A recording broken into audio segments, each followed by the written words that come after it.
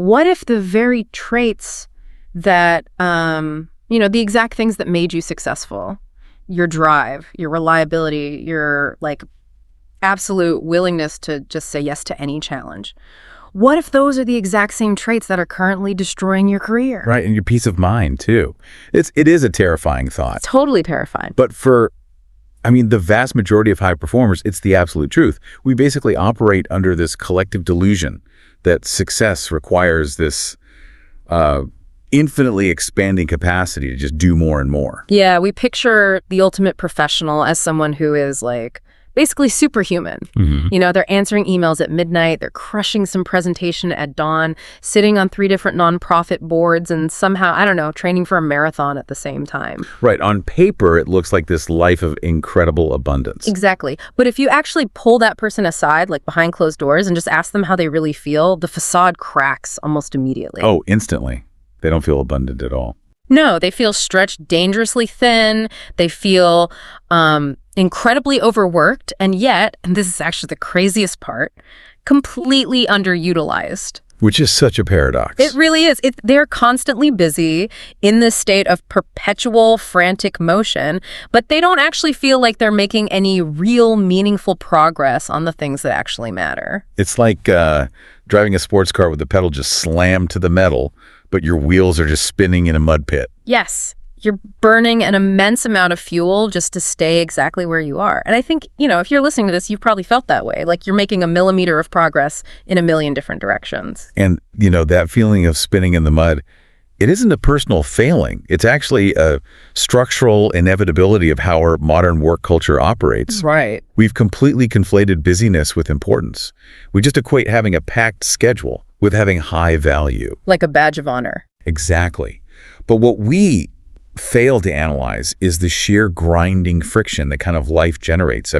It wears you down to the bone. You end up existing in this perpetual state of reaction. Just fielding whatever external demands get thrown at you. Right, rather than actively and intentionally designing your own life, which is exactly what we're tackling today. Which brings us to the mission for today's deep dive. So what you're going to learn today is a complete philosophical operating system. We're unpacking the core principles outlined by Greg McKeown in his book, Essentialism, The Disciplined Pursuit of Less. It's such an incredible framework. It really is. And we have a stack of source material, case studies, historical examples. Our goal here is to equip you with a deeply systematic approach to identifying what is truly vital in your life and then ruthlessly eliminating everything else. Because that transformation shifting from making that millimeter of progress in a million directions to making massive strides in the vital few things, that will change everything for you. Totally. Okay, let's unpack this, because before we can, apply the cure, we really need to diagnose the disease. Why do incredibly smart, highly capable people end up trapped in this state of overwhelming busyness in the first place? Well, it starts with recognizing that this is not it's not a time management problem. We're not talking about inbox zero hacks. Exactly, or how to squeeze an extra hour of productivity out of your morning by, sleeping less. Essentialism is a fundamental shift in how we perceive the allocation of our finite energy. So where does it go wrong for people? To understand the trap, we really have to look at the psychological mechanics of what Jim Collins calls the paradox of success. Oh, the sources have a perfect and honestly kind of heartbreaking real-world example of this paradox. Yeah. There's this executive in Silicon Valley named Sam Elliott. He's highly capable, very smart, and his smaller company gets acquired by a much larger, more bureaucratic corporation. Which is a classic setup for this kind of burnout. Exactly. So Sam wants to do the right thing. He wants to be a good corporate citizen and prove his worth in this massive new ecosystem. So his strategy is simple. He says yes. To absolutely everything. Everything. Every request for his time, every committee invite, every minor pointless meeting. And, you can completely understand the underlying logic there. From an evolutionary standpoint, saying yes signals to the tribe that you're valuable, right? Right. He wants to be seen as a team player. But the result is immediate and totally predictable. He spends his entire day just rushing from one conference call to another, basically trying to please absolutely everyone in the building. While getting no actual work done. Exactly. His stress goes through the roof. Yeah. And concurrently, the quality of his actual substantive work just plummets. He's caught in this trap where he is, to use a brilliant phrase from the material, majoring in minor activities. It gets so bad and he becomes so ineffective that the company actually approaches him and offers him an early retirement package. Which is insane because he's, what, in his early 50s? Yeah. He's in his early 50s. He has zero desire to retire. He is completely panicking, even considering coming back as a consultant just to sell his services back to the very company that's trying to push him out. Oh. But then he sits down with the mentor, and this mentor gives him a piece of advice that sounds honestly entirely counterintuitive for an employee who's desperately trying to save his job. What did they tell him? The mentor tells him, stay at the company, but act like an outside consultant. Do only the things you would do if you were a highly paid outside consultant and aggressively ignore everything else. Oh, that advice is a masterclass in psychological reframing. I mean, think about the mindset of an outside consultant. They don't mess around with office politics. Exactly. They do not attend a meaningless weekly status meeting just to show their face. They are brought in to deliver a specific, high-value result, and their time is incredibly expensive. Right. So Sam takes this to heart. He starts practicing the word no. And initially, he uses a relatively timid criteria. Like what? When a request comes in, he just asks himself, can I actually fulfill this request given my current time and resources?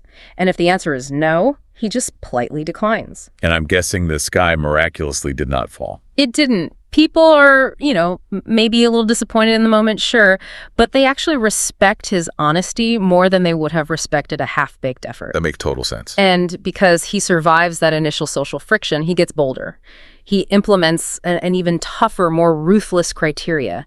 Is this the absolute most important thing I should be doing with my time and resources right now? That is a massive shift. It's huge. If it's not a definitive, resounding yes, it becomes a no. He stops volunteering for last-minute, low-impact presentations. He unceases himself from those massive reply-all email chains. Oh, the worst kind of emails. Literally the worst. He even stops attending meetings that are already on his calendar if he realizes he doesn't have a direct, vital contribution to make. He has this epiphany that just because he received a calendar invite doesn't mean he has a good enough reason to actually be in the room. Which leads to a staggering transformation for him. I mean, by reclaiming all that fragmented space, he regains his creative freedom. Yes. He can actually sit down, focus on one major project at a time, anticipate roadblocks before they happen, and engage in real deep work. The quality of his output skyrockets. And his personal life, too. He starts leaving the office at a reasonable hour. He actually goes to the gym. He eats dinner with his wife. And the ultimate punchline to this story is that instead of being fired or ostracized by his colleagues, which is what we all fear, they actually begin to respect him significantly more. Exactly. His performance ratings jump, and he ends up receiving one of the largest bonuses of his entire career. It is an incredible turnaround, but it perfectly illustrates Jim Collins's paradox of success. Right. Break that down for us. So the paradox operates in 4 predictable phases. Phase 1, you start out with a very clear sense of purpose, and that clarity leads to success. Okay, makes sense. Phase 2, because you are successful, you gain a reputation as the highly capable go-to person. People trust you, so they bring you more options, more opportunities, and more demands. Yeah, you become the victim of your own competence. Exactly. Then phase 3, these newly increased demands diffuse your efforts. You are now spread across a dozen different priorities, which leads to phase 4. You get spread thinner and thinner until you are completely distracted from the very clarity of purpose that made you successful in the first place. Your success literally becomes the catalyst for your own failure. Now, I need to push back on this framework a little bit. Sure. If we're looking at the realities of the modern workplace, isn't being the go-to person the entire point of career advancement? Like, you want your boss to rely on you. You want to be the person they trust with the high-stakes projects. Right, that's the standard career advice. Yeah, exactly. It sounds fundamentally counterintuitive to argue that being reliable and in demand is the very mechanism that ruins your productivity. Like, if you start saying no to your boss, aren't you just going to get passed over for the next promotion? It's a totally valid fear. But if we connect this to the bigger picture, we have to separate the concept of success from the management of options. The problem is not the success itself, nor is it being reliable. Okay. The problem is the absolute failure to systematically manage the avalanche of options that success inherently generates. Oh, I see. When you become successful, the sheer volume of choices you have to make increases exponentially. And human neurology is just highly susceptible to a phenomenon called decision fatigue. Because the brain is an energy-intensive organ, right? Exactly. The more choices you are forced to make throughout the day, even completely trivial ones, the more the quality of your decisions deteriorates. By the afternoon, your brain is just exhausted, and it seeks the path of least resistance. So you just start defaulting to yes, because saying yes is socially easier in the moment than like engaging in the cognitive conflict of actually evaluating the request and saying no. Precisely. You compound that biological decision fatigue with modern social pressure, and you have a perfect recipe for burnout. We no longer just suffer from information overload. We suffer from opinion overload. Oh, that's so true. Technology has completely obliterated the barriers to entry for everyone around us, our colleagues, our families, advertisers, random people on social media, to just project their opinions onto us about what we should be doing with our finite time. And our internal filtering ability simply collapses under the weight of it. Right. We start to internalize this toxic myth that we can and should have it all and do it all. To break out of that, we have to look at the actual root definition of essentialism, which surprisingly comes from the world of industrial design. Oh, the Dieter Rams story. Yes, specifically legendary German designer Dieter Rams. He was the lead designer at Braun. In the 1950s, the company asked him to design a new record player. And back then, record players were basically furniture. Exactly. If you look at the historical context, record players at that time were massive, clunky pieces of wooden furniture. They looked like heavy cabinetry covered in dials and solid lids. Right. Rams and his team approached it with a completely radical philosophy. They stripped away all the clutter, removed the heavy wood, eliminated unnecessary buttons, and simply placed a clear plastic cover over a minimalist turntable. The design was so radically sparse that executives within the company were genuinely terrified it would bankrupt them. They thought consumers would reject it because it looked so alien compared to the market standard. But Rams was operating on a very specific, uncompromising design philosophy captured in 3 German words: weniger, aber besser. Less, but better. Less, but better. That isn't just a design aesthetic. That is the absolute core definition of essentialism. It is the relentless, disciplined pursuit of less, but better. It's not about occasionally saying no when your calendar gets a bit tight. It's a systematic, continuous approach to determining where your highest point of contribution lies and executing on that exclusively. And, the author of the book, Greg McKeown, he shares a painfully vulnerable story about how he had to learn this lesson the hard way. The hospital story. This one is rough. It is. His wife was in the hospital. She had literally just given birth to their daughter. Wow. By any metric, this should be one of the most serene, immovable, important days of his entire life. But he's sitting in the hospital room on his phone, feeling this immense, crushing pressure to attend a client meeting. And the context of that pressure is what's really astounding. Yeah, a colleague had literally emailed him, fully knowing his wife was in labor, and wrote that it was, quote, a bad time to have a baby because they needed him at this meeting. That is just, the level of corporate entitlement in that statement is staggering. It is entirely toxic. And McHugh knew intrinsically in his gut that he needed to be exactly where he was with his wife and his newborn child. Of course. But when the time came and he was asked if he was coming to the meeting, the social pressure just hijacked his brain. He caved. He said yes. He physically left his wife and hours-old baby in a hospital bed to go sit in a corporate client meeting. He did. And what was the grand result of this massive sacrifice? Absolutely nothing. The meeting was completely useless. That makes it so much worse. But the real twist of the knife was that the clients didn't even respect him for showing up. Yeah. They looked at him like he was a sociopath for leaving his family on the day his daughter was born. Right. Like, why are you here? Exactly. He sacrificed what mattered most to appease people who ultimately didn't even care. It's a brutal realization, but it leads to perhaps the single most profound takeaway of this entire deep dive. And if you're listening, pay attention to this. If you do not actively prioritize your life, someone else will gladly do it for you. Nature abhors a vacuum. Yes. If you leave a void in your schedule or your boundaries, the agendas of other people will immediately rush in to fill it. So true. So if we clearly see the trap now, the paradox of success, the neurological drain of decision fatigue, the overwhelming societal pressure to do it all, how do we actually escape? Right. How do we fix it? To adopt the mindset of an essentialist, we have to systematically unlearn 3 massive, deeply ingrained false assumptions that our culture drills into us from the time we're children. And those three dangerous assumptions are, I have to, it's all important, and I can do both. Those assumptions are incredibly seductive, aren't they? Because they masquerade as responsibility. Oh, absolutely. Saying I have to do this makes you feel like a martyr to your work. Saying I can do both makes you feel like an overachiever. Right. But to break free, we have to aggressively replace them with three core truths. The first core truth replaces the passive assumption of I have to with the active declaration of I choose to. That sounds like a pretty simple semantic shift, but the psychological implications are actually profound. Huge. The author illustrates this with a story about his time in law school in England. He was utterly miserable. Just completely spread too thin. Yeah, he was trying to study law, read business management books right on the side, and basically just do everything at once. He was straddling all these different paths because the conventional wisdom was that a law degree would keep his options open. But because he was spread so thin, he wasn't truly succeeding at any of it. Exactly.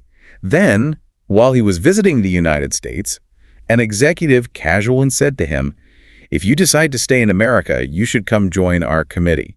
The cognitive trigger in that sentence is the phrase, if you decide. Yes, it was a lightning bolt for him because it reminded him of his own agency. He suddenly realized he had never consciously chosen to go to law school. He had just defaulted into it because it was the expected path, and he had refused to choose something else. He recognized that when we surrender our proactive ability to choose, we hand the steering wheel over to sheer inertia, or just to the expectations of others.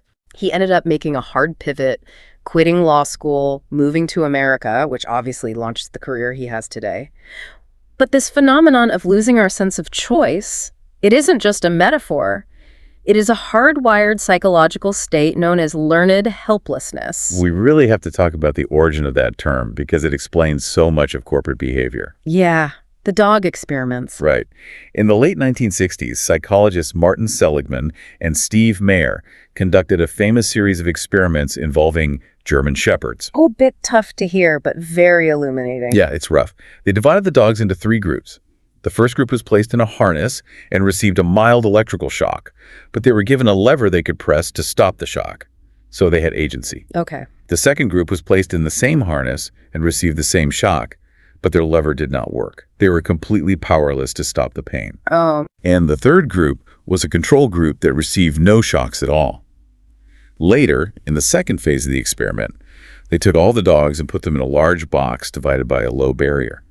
One side of the floor was electrified, the other side was safe. And the results are just haunting. They are. The dogs from the first group, the ones who had the working lever, and the dogs from the control group, the moment the floor shocked them, they simply jumped over the low barrier to the safe side. They recognized a problem and took action. Right. But the dogs from the second group, the ones who had been conditioned to believe their actions didn't matter, when the floor shocked them, they didn't even try to escape. Wait, they just laid down. They just laid down and whined. They endured the shocks, even though the safety of the other side was easily visible and accessible. They had literally learned that they were helpless. That is wild. They had generalized their past lack of control to a new situation where they actually did have control. Exactly. And human beings do this exact same thing in the workplace.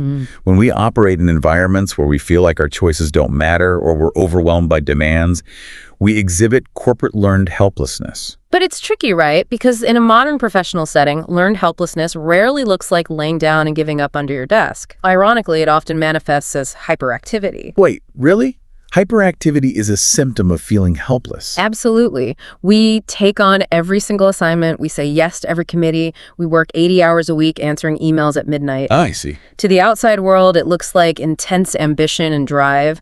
But internally, it's a smokescreen.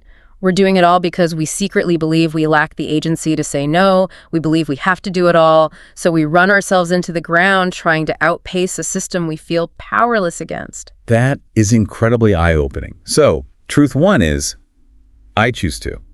Reclaiming that agency, that moves us to truth two. Right, which replaces the anxiety-inducing assumption that it's all important with the reality that only a few things really matter. Discerning the vital few from the trivial many.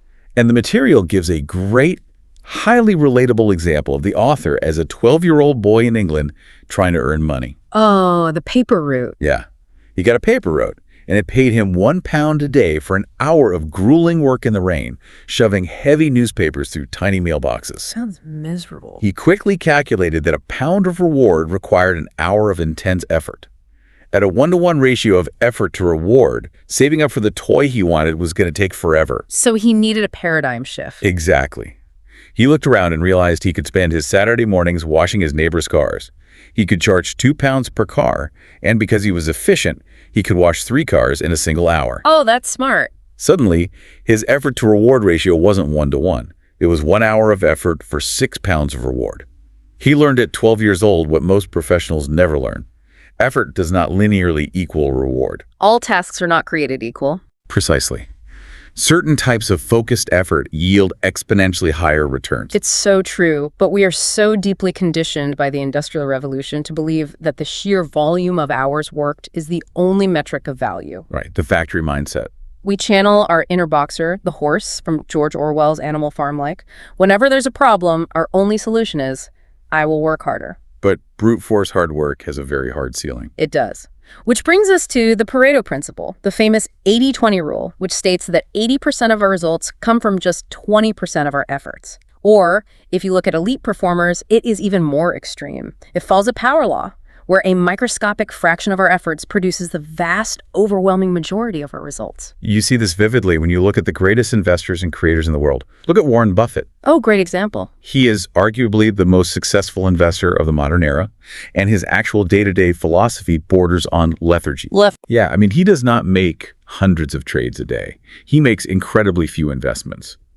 It's estimated that roughly 90% of his astronomical wealth has been generated from just 10 core investments. Wow. 10. He has built an empire by actively saying no to hundreds of pretty good opportunities so he can bet heavily on the vital few truly great ones. Or cross over into a completely different field, the culinary world.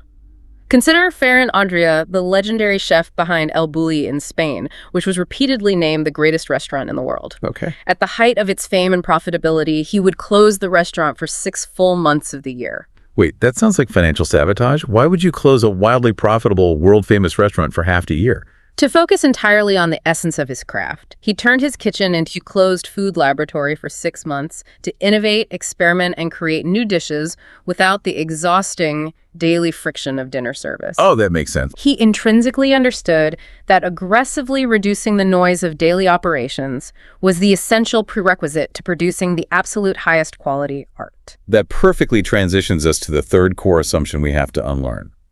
We must replace the arrogant thought that I can do both with the stark reality of true 3. What is the trade-off I want to make? Because the business world is essentially an enormous graveyard of companies that failed specifically because their leadership refused to make trade-offs. The classic case study here is Southwest Airlines. Herb Kelleher built an incredibly profitable airline in an industry that is notoriously plagued by bankruptcies and razor-thin margins. How did he do it? By making highly deliberate, often painful trade-offs. Southwest looked at the market and made hard choices, they said. We will only fly point-to-point routes, bypassing the hub-and-spoke model. Okay. We will not serve meals. You get peanuts. We will not have assigned seating. We will not offer a first-class cabin. We will only fly one type of airplane, the Boeing 737, to keep maintenance costs minimal. So they stripped it down. They sacrificed all the standard perks of air travel by deliberate design in order to execute their single essential intent, being the premier, low-cost, reliable airline. And then you contrast that with what happened at Continental Airlines. The executives at Continental looked at Southwest's massive profit margins and essentially said, we want those profits, but we are too scared to give up our current business model. Oh, it's a bad idea. So they launched a secondary brand called Continental Light. They tried to execute a low-cost, point-to-point service while simultaneously maintaining their full-service hubs, international routes, and traditional tier structure. They arrogantly tried to straddle 2 completely incompatible strategies. And the market punished them ruthlessly for it. It was an unmitigated disaster. It cost the company hundreds of millions of dollars, the flights were delayed, the service was terrible, and the CEO was eventually fired. Because the fundamental law of strategy is that when you try to be everything to everyone, you end up being nothing to anyone. When you refuse to make deliberate trade-offs at the executive level, you force your employees on the front lines to make those sacrifices on the margins by default, usually in the form of poor customer service or just extreme burnout. Right. For a positive contrast, look at how Johnson & Johnson handled the horrific Tylenol crisis in 1982. Someone was lacing Tylenol bottles with cyanide on store shelves, and people were dying. A total nightmare scenario. The executives were facing an existential crisis. Do they quietly pull batches in specific cities? Do they focus on PR to protect their stock price? Well, they didn't have to agonize over the decision because they looked at their corporate credo, a document written decades earlier. And what did it say? The credo explicitly stated their hierarchy of trade-offs. Their first responsibility was to the doctors, nurses, and patients using their products, and their absolute last responsibility was to their stockholders. Wow. That is what a real trade-off looks like when the pressure is on. Because they had that crystal clear clarity. They immediately recalled every single Tylenol product globally. Costing them a fortune. It cost them over $100 million in the short term. It decimated their immediate earnings, but it saved the brand, established unprecedented consumer trust, and proved they actually live their values. A trade-off is not just a nice idea. It is a filter that forces you to ask, which specific problem do I want to own? Now, I have to bring up a deeply funny but highly relevant analogy from the writer David Sedaris. Oh, I love David Sedaris. He talks about the 4-burner stove theory of life. Imagine your life is a gas stove with 4 burners representing your major domains: family, friends, health, and work. The theory goes that in order to be successful in your life, you have to turn off 1 burner entirely. Okay, that's dark. And to be really successful, you have to turn off 2. That's even darker. Now, Sedaris is obviously being humorous, but it begs a very serious, very practical question. Does being an essentialist mean I literally have to sacrifice my oldest friends to be good at my job? Do I have to abandon my physical health to be a good parent? Right, because if I turn down the family burner, I end up divorced. If I turn down the work burner, I can't pay the mortgage. This isn't just about managing limited gas. This feels like you're telling people to accept catastrophic failure in massive areas of their lives.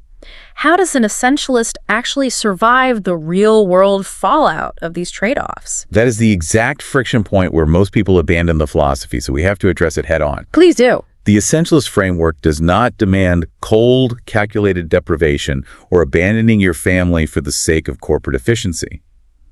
What the 4-burner analogy perfectly illustrates is the inescapable reality of finite energy.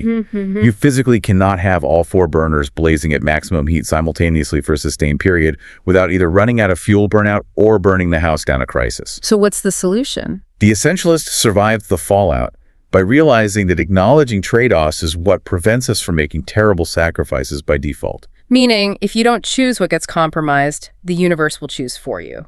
Exactly. If you refuse to proactively turn down the work burner when your kid has a school play, your biological limits, or a health crisis, or your spouse's breaking point will eventually turn a burner off for you, and it will likely be the one you valued most. Oh, that makes so much sense. Essentialism isn't about permanent abandonment. It's about dynamic modulation. It's the freedom to say, for this specific 6-week project, my friend burner is going to a simmer so my work burner can boil. I am making that choice consciously, and I will communicate it. The danger isn't making trade-offs. The danger is pretending they don't exist until the stove explodes. Spot on. That completely reframes the anxiety around it. Okay, so we have established the mental foundation. We know we have to reclaim our choice, focus on the vital few, and embrace the reality of trade-offs. Now we move into the actual practical methodology of essentialism. The how do you? Yes. How do we execute this? Phase 1 is to explore. The goal here is discerning the vital few from the trivial many. And here's a wild paradox that I absolutely love. Essentialists actually explore significantly more options than non-essentialists before they commit to anything. It seems entirely backwards to how we usually think about productivity. I mean, if your goal is to do less, shouldn't you be looking at fewer things? You'd think so. But consider how a non-essentialist operates. They glance at a request, feel the social pressure, and instantly commit. They say yes to everything without really exploring the depths or consequences of any of it. Oh, right. Essentialists, on the other hand, systematically evaluate a massive, broad universe of options because they know they're only going to pick 1 or 2 to go all in on. If you're only going to fire 1 bullet, you spend an enormous amount of time aiming. They need to make absolutely sure they are picking the right target. Exactly. And the very first step to aiming, to exploring properly, is creating space. You physically and mentally cannot figure out what is essential if you are constantly bombarded with notifications and noise. So true. There is a story about a CEO named Frank O'Brien who runs a fast-growing, highly demanding marketing company. Once a month, he gathers all 50 of his employees, puts them in a room for a full day. No phones allowed, no email, and crucially, no agenda. Just talking, debating, and thinking. Wow. And the wildest part is he does this on the first Monday of the month, which is traditionally the busiest and most frantic day in marketing. He recognizes a profound truth about knowledge work. If his people are too busy to step back and think, they are too busy, period. Yes, action without reflection is just chaotic motion. We see this desperate need for engineered space everywhere among elite performers. The Stanford D School, one of the most innovative design schools in the world, has a specific room called Booth Noir. Booth Noir. Like a dark room. Basically, It is a tiny, windowless, soundproof room designed for just 1 to 3 people. No technology is allowed inside. You only go in there to think. It is a physical architectural space designed exclusively to enforce focus. I love that. Or look at Bill Gates. Throughout the 1980s and 90s, even during the most frenetic, hyper-competitive periods of Microsoft's massive growth, he would mandate his famous Think Weeks. Oh yeah, those are legendary. He would take 2 full weeks a year, seclude himself in a cabin, and just read articles, books, and think deeply about the big picture of the industry. And if you want to go back even further into history, Isaac Newton. Oh, right. He spent 2 years in almost solitary confinement, a self-imposed monk mode, to write the Principia Mathematica. Years later, someone asked him how he discovered the law of gravity, and his answer wasn't about an apple falling on his head. He said, by thinking on it continually. He engineered an immense protected space for unencumbered thought. It highlights a fascinating modern paradox. The faster and busier the world gets, the more we absolutely need to build quiet, unstructured reflection time into our schedules just to survive. Even someone like Jeff Weiner, the former CEO of LinkedIn, would schedule up to 2 hours of completely blank, empty space on his calendar every single day, dividing it into 30-minute increments. Yeah. Just blank space. Yeah. That wasn't free time to catch up on emails. It was buffer time to process the day. It's the only way a leader can ensure they are controlling their day rather than the day controlling them. So we create the physical and temporal space. The next step in exploration is to look and listen, to become essentially a journalist of your own life. Okay, I like that. The author talks about Nora Ephron, the famous journalist and screenwriter. When she was in high school, her journalism teacher gave the class an assignment to write the lead sentence for a news story. He gave them a list of facts. The school principal, the entire faculty, the famous anthropologist Margaret Mead, and the governor of the state are all traveling to Sacramento on Thursday for a special colloquium. Sounds like a standard prompt. The teacher sets them loose, and all the students frantically start typing out summaries of those facts. They write things like, the principal, the governor, and Margaret Mead are going to Sacramento on Thursday to discuss. Which seems correct. Right, but the teacher looks at their typewriters and says, you all failed. The lead of the story is, there will be no school on Thursday. Oh, wow. That is brilliant. It is a phenomenal paradigm-shifting lesson. Journalism, and by extension critical thinking, isn't just regurgitating a list of facts. It is understanding what those facts actually mean and why they matter to the people reading the story. It's about finding the hidden connections and the ultimate impact. If we don't proactively look for the lead in our own lives, we get entirely distracted by the noisy facts. And the most chilling and tragic example of this is Eastern Airlines Flight 401. Oh. The story is so sad. It really is. In 1972, this massive commercial jet crashed directly into the Florida Everglades, tragically killing over 100 people. When federal investigators pulled the black box and looked into it, they found that the plane was in absolutely perfect working condition. No engine failure, no structural damage. So what happened? As they were preparing to land, the flight crew noticed that a tiny green indicator light, which confirms the landing gear is down, wasn't turning on. The gear was actually down and locked perfectly, but the $12 light bulb was broken. A $12 light bulb? Yes. The entire highly trained crew, the captain, the first officer, the flight engineer, became so cognitively tunneled and hyper-focused on this tiny broken light bulb that they didn't realize someone had accidentally bumped the yoke, disengaging the autopilot. The plane slowly descended for minutes, and no one looked at the altimeter until they crashed into the swamp. They completely lost the big picture because they were consumed by a trivial detail. They missed the lead. Exactly. In high-stress situations, the human brain engages in cognitive tunneling, We focus entirely on the immediate threat or puzzle right in front of us and lose peripheral awareness. To avoid that in our careers, we have to actively filter for the fascinating. We have to get out of our isolated cockpits and into the field to see the real problems. Consider Jane Chen and her team of engineering students who were tasked with making a cheaper baby incubator for the developing world. Okay, what did they do? If they had stayed in their comfortable lab at Stanford, they would have engineered a brilliant, highly efficient, cheap electric incubator. But they didn't. They traveled to Nepal to actually look and listen. And what did they find when they actually got on the ground? They found hospitals with empty incubators. Why? Because 80% of premature babies were being born at home in remote rural villages with absolutely zero electricity. A cheap electric incubator was a completely useless solution to the actual problem. The hidden lead. Exactly. The real problem was creating an incubator that required no electricity at all. By listening to the reality of the situation, they ended up inventing the embrace nest, a sleeping bag-like pod containing a wax-like substance that can be heated in boiling water and stays at the perfect temperature for hours. It has saved hundreds of thousands of lives. They solved the right problem because they actively looked and listened instead of assuming. We create space, we look and listen, and the third exploration tool is incredibly countercultural, especially in the corporate world. Play. Yes, play. Sir Ken Robinson famously pointed out in his TED Talk that our modern school systems, which were largely built on the Industrial Revolution model of creating compliant factory workers, actually systematically kill creativity. We are taught from a very young age that play is trivial, it is childish, and it is a waste of productive time. But neuroscience tells a completely different, undeniable story. Play, which is defined as doing something purely for the joy of it without an immediate utilitarian goal, is biologically fundamental to cognitive exploration. Stuart Brown, a psychiatrist who founded the National Institute for Play, states that nothing fires up the brain quite like play. It dramatically increases brain plasticity and adaptability. It broadens our range of available options and helps us forge neurological connections between disparate ideas that we would never see if we were just rigidly staring at a spreadsheet. And crucially, it is a biological antidote to stress. Let's break down the mechanics of that.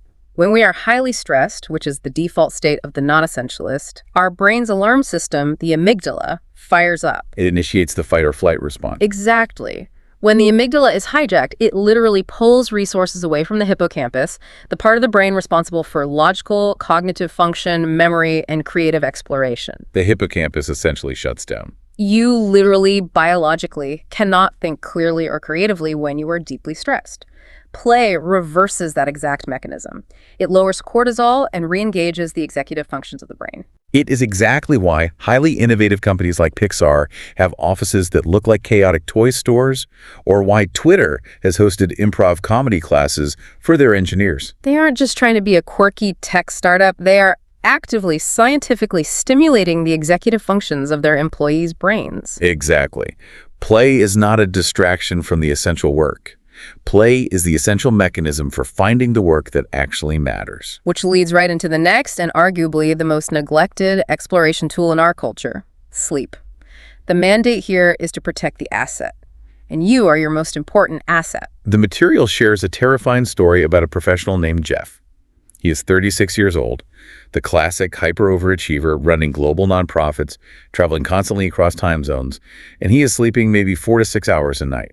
He bought into the hustle culture myth that he was invincible. Until his biology collected the debt. His organs literally began shutting down. His heart rate became wildly erratic. His digestive system stopped functioning. He would black out and collapse if he simply stood up too fast. That is terrifying.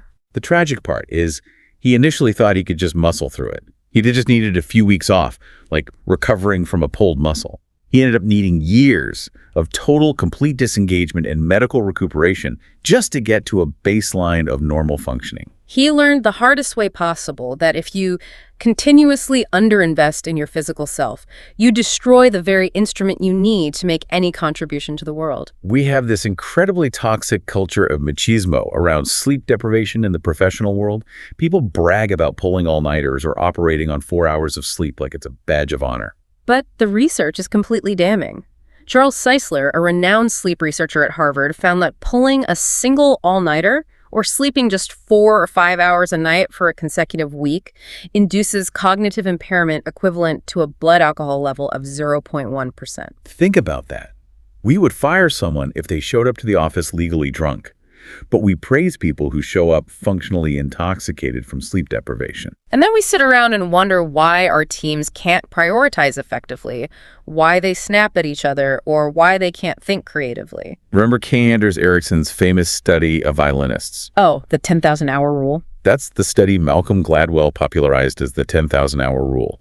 Everyone in the world focuses on the sheer volume of practice hours, but they ignore the second, equally vital finding of that exact same study. Which was? The second most important factor differentiating the world-class elite violinists from the merely good ones was sleep. The absolute best violinists in the cohort slept an average of 8.6 hours every single night, plus a 2-hour nap in the afternoon. Wow. Yes, they practiced with intense focus, but they also regenerated better than everyone else, which is precisely what allowed them to practice with that absolute total concentration in the first place. I can hear the listener right now screaming at their dashboard, pushing back on this. Okay, it is really great that Bill Gates can take a 2-week think week in a cabin, or that elite violinists can sleep almost 11 hours a day, but what about me? I have 3 young kids, a demanding boss who emails me at 9 p.m., and a mortgage. How on earth do I protect the asset when my life is already overflowing and I am drowning in obligations? It is a completely valid reality check. Yeah. The framework has to survive contact with reality. And the answer is a concept we can call minimal viable progress. Okay, what does that look like? If you are drowning, you don't start by demanding a 2-week sabbatical. You start by finding microscopic pockets of space and slowly expanding them. You commit to going to bed just 15 minutes earlier tonight. You carve out 10 minutes of absolute quiet on your morning commute instead of immediately turning on the news to stress yourself out. Start small. But fundamentally, you have to run the math on the cost of not sleeping. Being functionally intoxicated at work means you are making poor strategic decisions, you are misreading emails, and a task that should take 30 minutes takes you 2 hours because you can't focus. Sleep deprivation doesn't save you time, it steals it. You are trading a short-term optical illusion of productivity for a massive long-term loss of effectiveness. So we have created space, we have listened for the lead, we have played to unlock the brain, and we have slept to protect the asset. Now, having explored all these options, we have to actually select what we are going to commit to. And the Essentialist applies extreme criteria. The practical rule of thumb here is the 90% rule. As you evaluate an option or an opportunity, you score it from 0 to 100 based on your single most important criterion. If it scores lower than a 90, you physically change the score to 0 and reject it completely. Brutal, but effective. What that rule does is eliminate the agonizing, energy-draining middle ground. It forces you to kill the 70s and 80s, the things that are pretty good or interesting, but not truly brand. Derek Sivers, the entrepreneur, popularized a much more visceral, gut-level version of this metric. If you aren't feeling hell yeah about it, it's a no. I find it fascinating how the high-end furniture company Vitso applies this extreme criteria to their hiring process. They are the company that makes the classic 606 universal shelving system designed by Dieter Rams. Oh, right. They have an insanely rigorous, exhaustive hiring process. It involves multiple intensive interviews, a paid trial workday, and at the end of it all, the executive team doesn't just ask, is this person capable of doing the job? Capable isn't enough. They ask, will this person be an absolutely natural, undeniable fit for our specific culture? And if it's not, a hell yeah. If the answer is not a definitive, unanimous yes, they do not hire them. They actually found a bizarre but real correlation between how intensely a candidate played with Lego bricks as a child and their ultimate success at the company. That's amazing. Or look at Aaron Levy, the founder of the tech company Box. His ultimate test for hiring a new executive is, could this person have been one of the founding members of the original team? If the answer is yes, they hire them. It is about setting your criteria so incredibly high that the decision almost makes itself. Here is the cognitive trap. If we use broad, loose criteria like, is this a good opportunity? Our brains will easily find a million good opportunities to justify saying yes. But if we change the criteria to ask, what am I deeply, fiercely passionate about? What utilizes my absolute highest talent? And what meets a significant, tangible need in the world? The universe of options narrows down dramatically, leaving you with only the truly essential. Okay, that transitions us perfectly into the hardest part of the framework. We have explored, we've used our extreme criteria, and we've identified the vital few. But now we are looking at a massive pile of good but not essential commitments, relationships, and projects that we are already involved in. The trivial many. Yes, how do we actually get rid of them? How do we cut the trivial many without ruining our careers, getting fired, or alienating everyone we know? The first necessary step in elimination is to clarify. You must establish an essential intent. Most companies, and frankly most individuals, operate with incredibly vague, puffy vision statements. Things like, we want to change the world, or we value innovation and teamwork. Which are useless. Those statements sound nice on a poster, but they're completely useless for making actual hard decisions in the moment. An essential intent has to be both deeply inspiring and fiercely, measurably concrete. It is one macro decision that makes 1,000 future micro decisions for you. Here's where it gets really interesting. A perfect example of this is Brad Pitt's Make It Right Foundation. After Hurricane Katrina, he wanted to help rebuild New Orleans. Instead of launching with a vague mission statement like, we want to end homelessness in America, or we want to help the victims of the storm, which is inspiring but impossibly vague, their essential intent was build 150 affordable, green, storm-resistant homes for families living in the lower Ninth Ward. Boom. Everyone in the organization knows exactly what they are doing, and more importantly, they know exactly when they are done. Or consider Martha Lane Fox. She was appointed by the UK government as their first digital champion, tasked with modernizing the country's internet usage.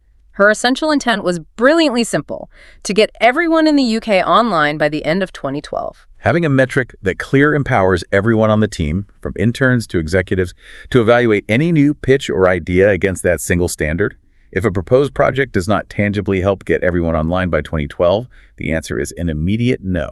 But knowing what to say no to is entirely different from actually doing it. Saying no is terrifying, which brings us to the next step. Dare. Developing the power of the graceful no. It takes immense emotional courage to eliminate the non-essential, because again, we're fighting thousands of years of evolutionary programming that tells us we must conform to the expectations of the tribe so we don't get cast out into the wilderness to die. We say yes largely because we fear the immediate social awkwardness of declining. We desperately want to be liked in the moment. But the math of that trade is terrible. We trade 30 seconds of social discomfort for weeks, months, or even years of resentment and overcommitment. The essentialist eventually learns that a clear, firm, but respectful no is far more graceful and far more kind than a vague, non-committal yes that you inevitably back out of at the last minute or execute incredibly poorly because you didn't have the time. History is full of people who understood this. Look at Rosa Parks. We often think of her refusal to give up her seat on the bus as just a spontaneous moment of physical exhaustion, but it was a deeply rooted, quiet conviction. She possessed an essential intent regarding her own dignity and the civil rights of her community. Her no wasn't loud or frantic. It was firm, calm, and world-changing because it was tethered to a vital truth. Or on a more personal scale, there is a beautiful story about Stephen R. Covey, the famous author of The 7 Habits of Highly Effective People. Oh, this is a great one. He had planned a very special evening in San Francisco with his 12-year-old daughter, Cynthia. They had the entire itinerary mapped out: a trolley ride, exploring Chinatown, seeing a movie, and getting room service Sundays. Sounds perfect. As they are leaving his afternoon conference to start their date, an old corporate friend runs into him in the lobby and invites them both to a highly exclusive seafood dinner with VIP executives. That is the ultimate test. It is the classic trap. It's a phenomenal networking opportunity. It's an old friend he hasn't seen in years, and it's free fancy food. Most professionals would instantly cave, justify it as a career move, and drag their kid to a boring dinner where she has to sit quietly. But Covey looks at his friend and says, "It is so great to see you, and that dinner sounds absolutely wonderful, but not tonight. Cynthia and I have a special date planned." And he politely walks away with his daughter. He dared to say no to a genuinely good thing because he was absolutely, unconditionally clear on his essential intent for that specific evening. And there's a vital psychological lesson embedded in that story. You have to separate the decision from the relationship. Denying a request is not the same thing as rejecting the human being making the request. When you push back gracefully and professionally, you might lose a tiny bit of popularity in the short term, but you gain immense respect in the long term. Look at the legendary graphic designer Paul Rand. Steve Jobs came to him asking for a logo for his new company, NXT, and Jobs asked for a few different options to choose from. Rand looked at him and said, "No, I will solve your problem and you will pay me. You can use what I produce or not, but I only provide one solution." Jobs, who was notoriously demanding, respected Rand immensely for that unyielding professionalism. Or Peter Drucker, the father of modern management. He was constantly bombarded with requests to speak, write forewords, or join boards. He developed a masterclass polite rejection letter. He would express deep gratitude for the offer, but clearly state that his current focus required his total dedication, meaning he had to decline. He protected his creative space without burning the bridge. Okay, saying no to future things is one skill, but here is where it gets really tricky. What about the things we've already said yes to? Oh, right. Uncommitting from an ongoing project is like trying to clean out a cluttered closet. You hold up an ugly shirt you haven't worn in 3 years, and your brain immediately panics and thinks, but what if I need it for a specific costume party next year? We fall victim to what economists call sunk cost bias. The classic example is the British and French governments pouring billions of dollars into developing the Concorde supersonic jet for decades. They knew mathematically early on that it would never be economically viable. But they kept going. Because they had already invested so much money and public prestige into it, they couldn't walk away. They just kept throwing good money after bad. Or the tragicomic story of the guy at the local carnival, Henry Gribome, who spent his entire life savings, $2,600, trying to win a cheap Xbox Connect playing a carnival game. No way. He kept losing, but he just wanted to win his initial money back, so he kept playing until he was broke. It is completely irrational, but we do it every single day in the office with failing projects, toxic relationships, and bad investments. To understand why we do this, we really need to look at Daniel Kahneman's famous coffee mug study. Kahneman, the Nobel laureate, demonstrated something called the endowment effect. He took a class of students and gave half of them a cheap university coffee mug. The other half got nothing. He then asked the students with the mugs how much they would sell it for. They demanded around $7. But when he asked the students without mugs how much they would pay to buy one, they only offered about $3. It's a brilliant study because it exposes a massive flaw in human cognition, loss aversion.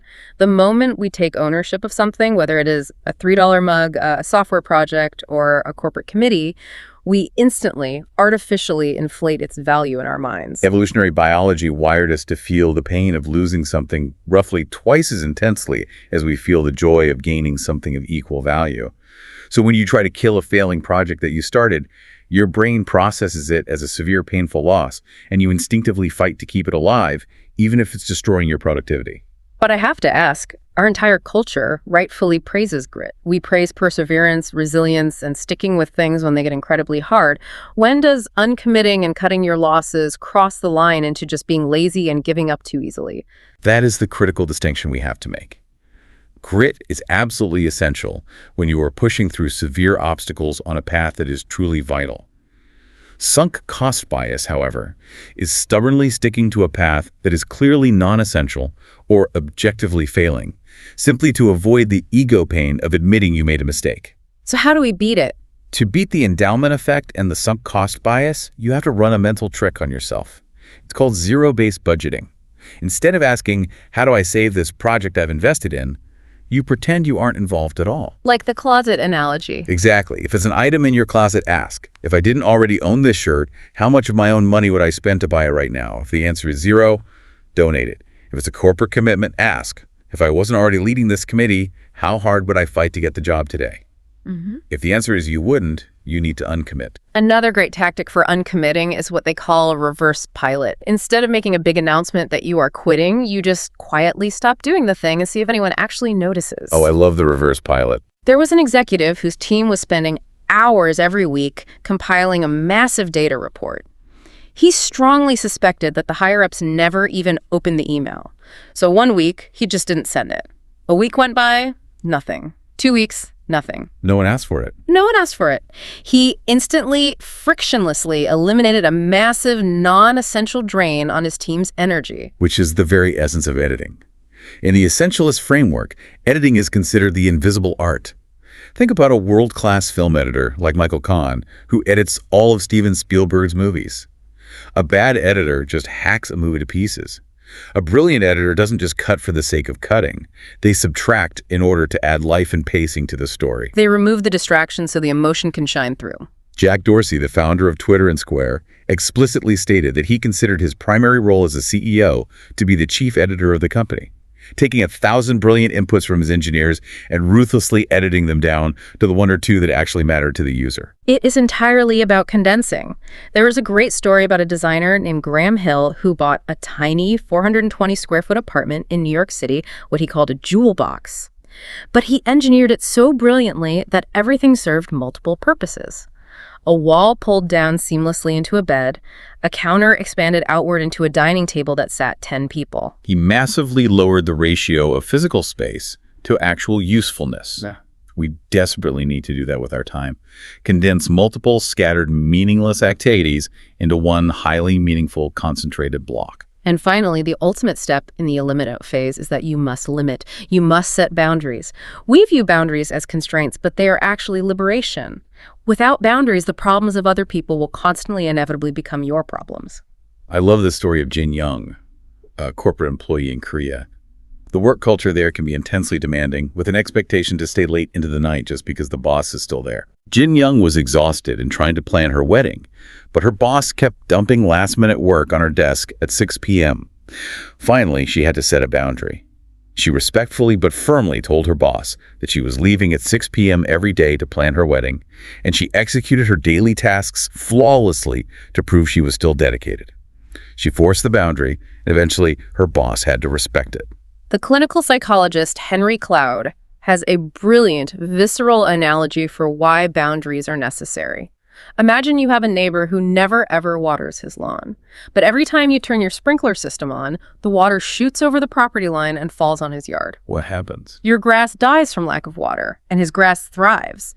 But worse than that, he has absolutely no incentive to ever learn how to water his own lawn because you are perpetually doing it for him. So when people at work constantly try to dump their responsibilities on your desk, or when your boss demands you answer emails on Sunday morning, they're trying to use your sprinklers to water their grass. You have to build fences. Clayton Christensen, the famous Harvard business professor who wrote The Innovator's Dilemma, made a hard, unbreakable rule very early in his career. He would never work on weekends, period. That's a strong boundary. Years later, his consulting firm demanded he come into the office on a critical Saturday. He said, "No, I have dedicated Saturdays to my wife and children." The partners pushed back and said, "Fine, then you have to come in on Sunday." He replied, "No, Sunday is dedicated to God." He stood his ground entirely. He knew that if he compromised and made an exception just that once, he would have been expected to make it constantly for the rest of his career. Which brings us to the final crucial phase of the methodology, execute.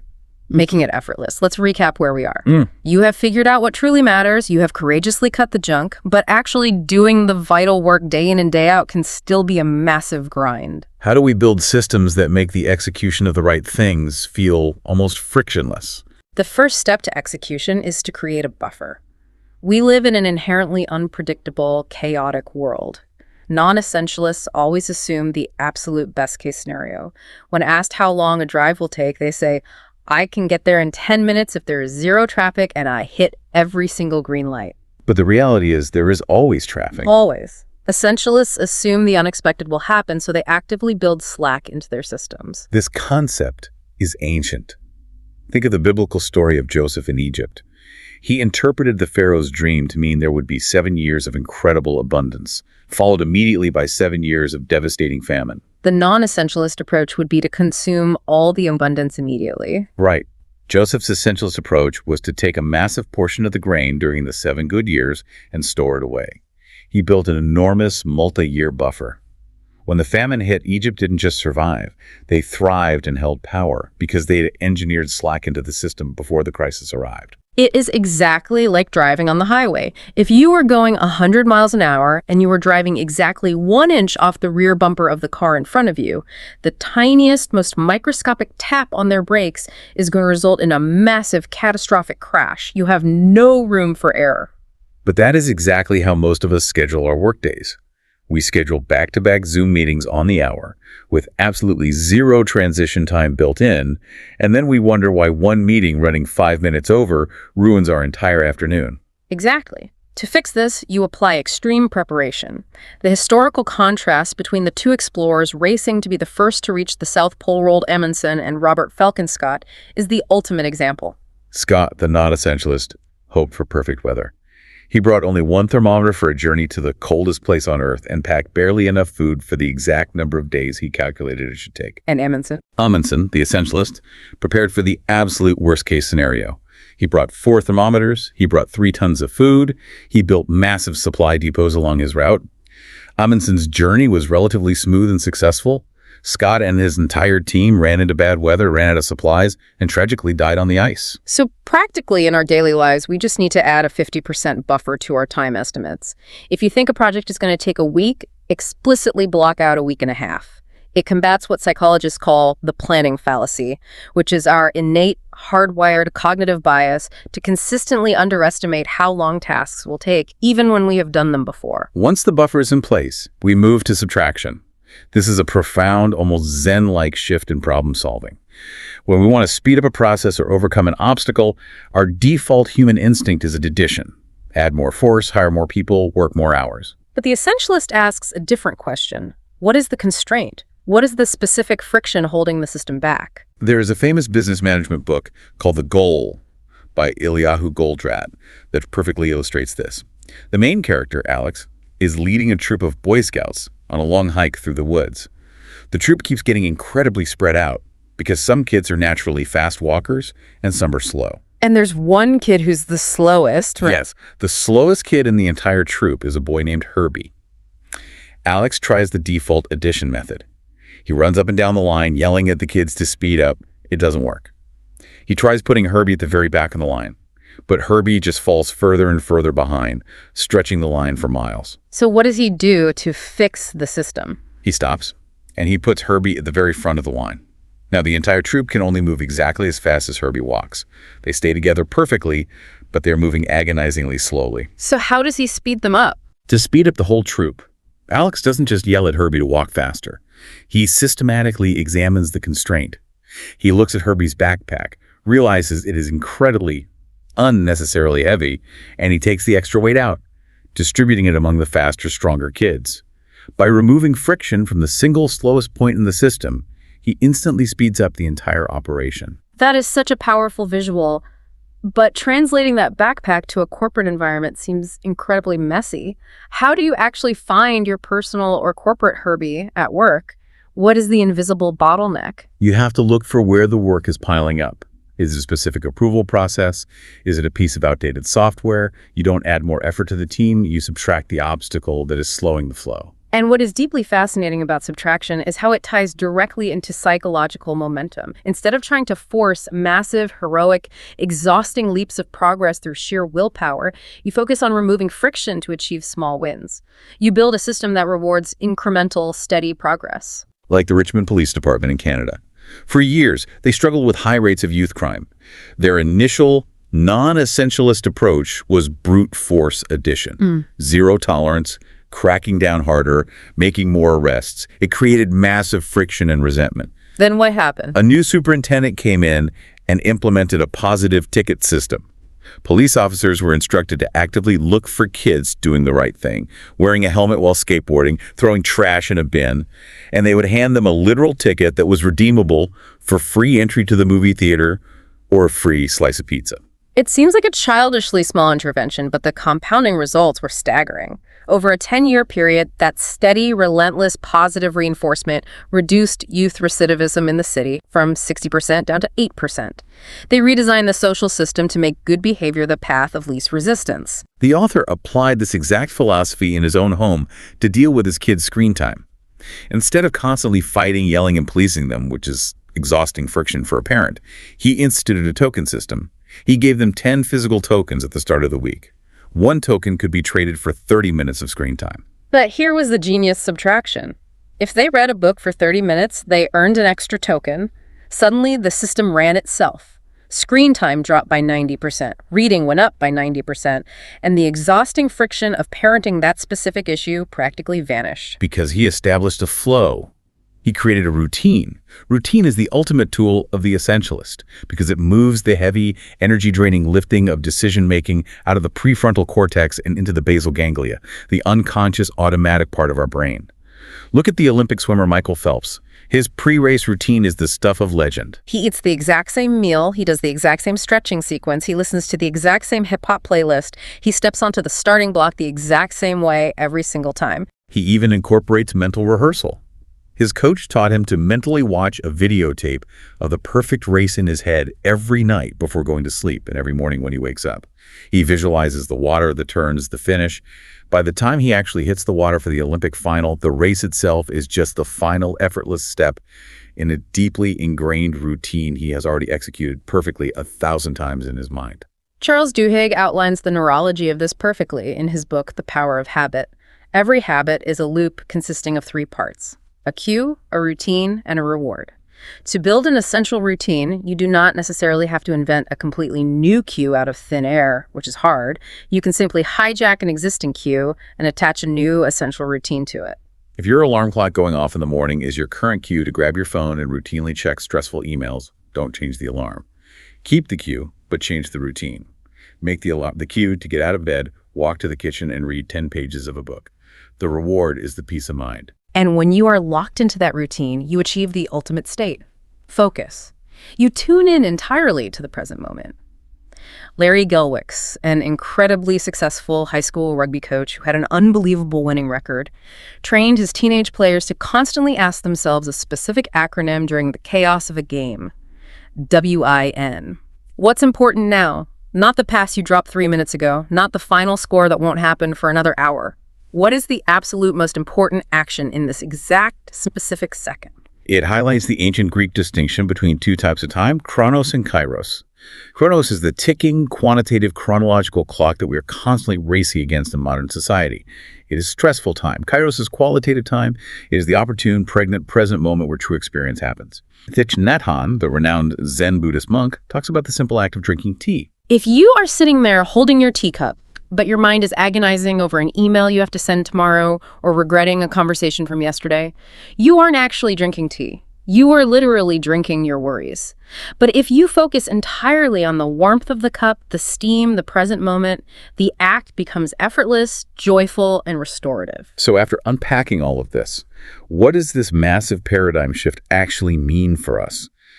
We have walked through the overwhelming, muddy chaos of trying to do everything. We have explored how to systematically identify what matters. We have dared to eliminate the rest. And we have designed systems to make the execution effortless. If we synthesize this entire journey, the ultimate takeaway is that essentialism is not a neat little handful of productivity tricks you pull out of a drawer when your calendar feels a bit heavy. It has to become a core, uncompromising identity. It requires a foundational daily shift from believing the lie, I have to do it all, to constantly, ruthlessly asking, what is essential? And having the profound courage to eliminate everything else. Look at the life of Mahatma Gandhi. Over the course of his life, he deliberately, intentionally reduced his personal footprint to almost 0. He owned less than 10 physical items. He wore simple, homespun cloth. He spent 1 full day every week in absolute silence to create space. He radically eliminated the non-essential from his life, not to be a minimalist, but so he could focus the entirety of his formidable energy on the liberation of his people. And the stakes for applying this to our own lives are incredibly existentially high, because our time here is pathetically short. The author shares one final, truly heartbreaking story in the material about a father whose 3-year-old daughter tragically passed away. In his grief, he was going through hours and hours of all his old home videos, trying to piece together a memorial video of her life. As he watched the footage, he had a devastating realization. He had hours of footage of beautiful landscapes on vacations, footage of tourist landmarks, footage of the fancy meals they ate. But he had almost no close-up footage of his daughter's face.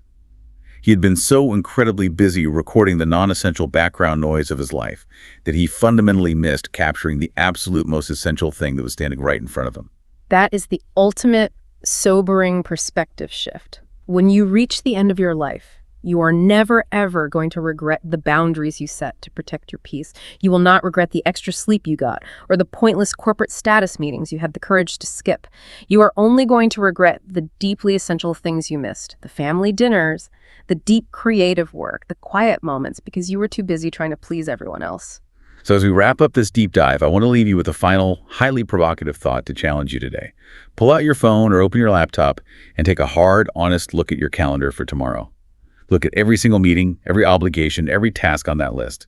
If you were suddenly forced by law to cancel 80% of it right now in order to violently protect your absolute highest point of contribution, what would you keep? And more importantly, do you have the courage to actually make that cut? We started this conversation looking at the murky, messy waters of trying to do it all. That frustrating feeling of spinning your tires in the mud where everything feels overwhelming and nothing feels clear. Essentialism is how you pull yourself out of the mud. It is how you finally see the clear, bright line of what actually matters.